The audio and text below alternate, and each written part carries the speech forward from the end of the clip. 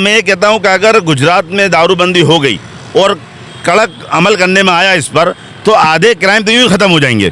जितने भी चोरी है, रेप है और मर्डर्स हैं, ये जितने भी बड़े बड़े क्राइम हो रहे हैं, इसके पीछे कहीं ना कहीं नशा है। युवा पीढ़ी को नशा मुक्त बनाओ,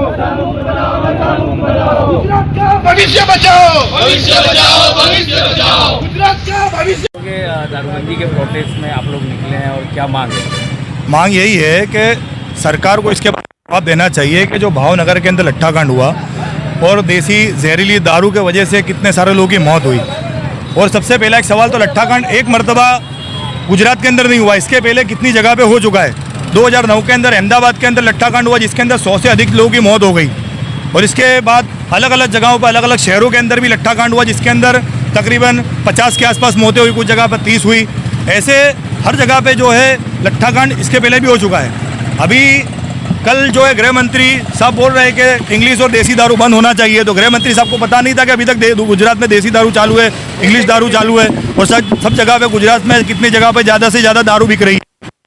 तो इसके बारे में जब गुजरात में दारू बंदी है तो दारू कहाँ से आ रहा है, सबसे पहले तो इसकी तपास मंत्री साहब से गुजरात नहीं समझ रहा है तो गृह मंत्री साहब को राजीनामा दे रहे हैं।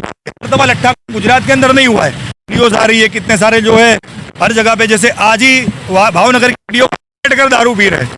यहाँ पर परमिशन न दी जाने पर किया जा रहा है और तमाम लोगों को, तमाम कार्यकर्ताओं को अब यहाँ से जो है डिटेन करके ले जाया जाएगा। तो ये एक दुख की बात, दारू पर जो है दारूबंदी पर प्रोटेस्ट हो रहा है। दारूबंदी के जो है अमल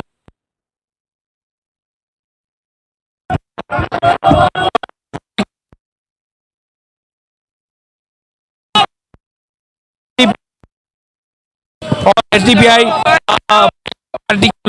प्रोटेस्ट पर निकले हैं।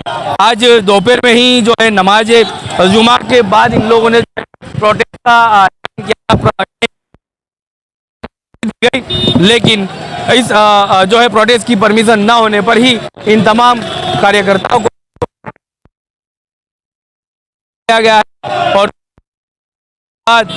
संघ के राज्य की अहमदाबाद के साथ इलाके में प्रोटेस्ट कर रहे हैं और अब इन्हें डिटेन कर लिया गया है।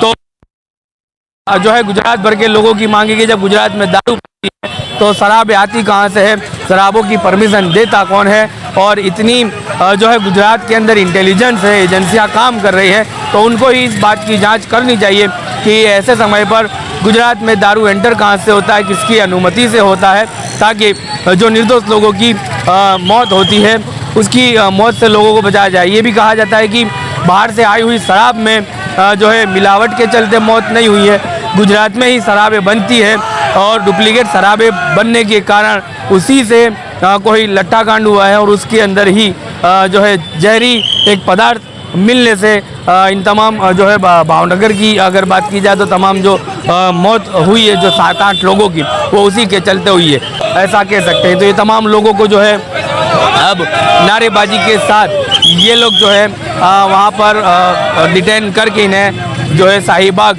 हेडक्वार्टर्स तरफ ले जाया जा रहा है। हम डिटेन हो गए। ये दारूबंदी जो गुजरात में चली है इसको बंद करना चाहिए और देना चाहिए। हम ये मांग के साथ और हम लड़ते रहेंगे, चलेगा और जब तक ये दारूबंदी नहीं रुकेगी और हमारा प्रोटेस्ट चालू रहेगा। देखिए, एसडीपीआई ने आज जो प्रोटेस्ट किया है ये दारूबंदी को लेकर कि गुजरात में दारू बंद है, लेकिन उसके बाद भी अगर ये कहें कि सबसे ज़्यादा गुजरात में दारू बिकता है तो गलत नहीं होगा।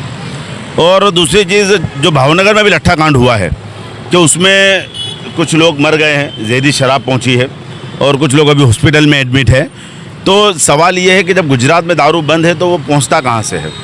और दूसरी चीज़, उसके एक्शन के तौर पर ये किया है कि पीआई को सस्पेंड कर दिया या कुछ छोटे मोटे लोगों को पकड़ लिया, तो ये तो हल नहीं है दारूबंदी का। तुम जिस विस्तार में पकड़ाता है वहाँ के आज पीआई को सस्पेंड करोगे, दूसरे को लाओगे, छोटे मोटे लोगों को सज़ा डाल दोगे, उनको जेल में डाल देंगे। लेकिन बड़ा सवाल ये है कि उन तक कैसे पहुँचता है, तो जहाँ से आ रहा है मेन सप्लाई कौन कर रहा है, पूरी चेन में कौन है, इन पर इंक्वायरी होनी चाहिए और इन लोगों पर सख्त कार्रवाई होना चाहिए, तो तभी जाकर दारू बंद हो सकता है गुजरात में।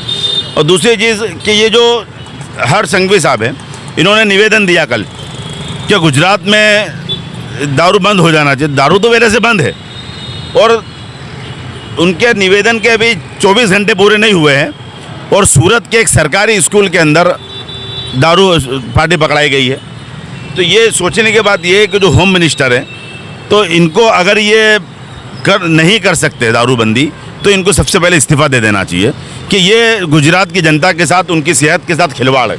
देखिए आज एक इंसान दारू पीकर आता है उसको पूरी फैमिली को डिस्टर्ब करता है, उसकी सेहत तो ख़राब होती है फैमिली। और इसमें कोई हिंदू मुस्लिम नहीं है, ये कॉमन मुद्दा है। इसमें दारू पीने वाला मुसलमान है या गैर नॉन मुस्लिम है कोई भी है, वो अपनी फैमिली को इफेक्ट करता है, उसके ना अपने बीवी का है ना अपने बच्चों का है, वो पूरी सोसाइटी को ख़राब करता है। और मैं ये कहता हूँ कि अगर गुजरात में दारूबंदी हो गई और कड़क अमल करने में आया इस पर तो आधे क्राइम तो यूँ ही ख़त्म हो जाएंगे। जितनी भी चोरी है, रेप है और मर्डर्स हैं, ये जितने भी बड़े बड़े क्राइम हो रहे हैं इसके पीछे कहीं ना कहीं नशा है कि आदमी दारू पीने के बाद अपना आप भूल जाता है और वो सारे क्राइम करता है। तो अगर दारू पर पाबंदी हो गई, सरकार ने अमल किया पाबंदी से, तो इस पर जितने भी क्राइम है गुजरात में वो रुक जाएंगे। तो आज जो प्रोटेस्ट था सिर्फ भावनगर नहीं, इसके अलावा भी आए दिन हम देखते हैं कहीं ना कहीं से नशे के भी दारू पकड़ा रहा है, कभी एमडी पकड़ा रही है। तो ये सब कुछ पकड़ा रहा है तो भेज कौन रहा है, ये बहुत बड़ा सवाल है। तो गुजरात सरकार को इस पर अमल करना चाहिए और होम मिनिस्टर अगर इस पर पाबंदी नहीं लगा सकते तो उनको इस्तीफ़ा दे देना चाहिए। और हमारी सरकार से यही मांग रहेगी कि आज जो HD भाई ने प्रोटेस्ट किया है तो ये नशाबंदी जो दारूबंदी है गुजरात में इसको कायदे से अमल करने में आवे और गुजरात में सख्त अमल हो कि दारू कहीं भी ना बिके, जिससे बर्बाद और नस्लें बर्बाद हो रही है। गुजरात के अलावा जो बात की जाए बेंगलुरु में जिस तरह से धर्मगुरु सामने आए और मुस्लिम समाज के लोगों को अपनी कि जो शराब के व्यापार कर रहा है या शराब के सेवन कर रहा है उनकी शादी ब्याह या मौत की विधि में वो लोग शामिल नहीं होंगे। गुजरात में मुस्लिम धर्मगुरु कब आ गए, ऐसा कदम उठाना सही है? देखिए ऐसा धर्म अगर समाज को सुधारना हो तो सामाजिक कदम उठाने चाहिए।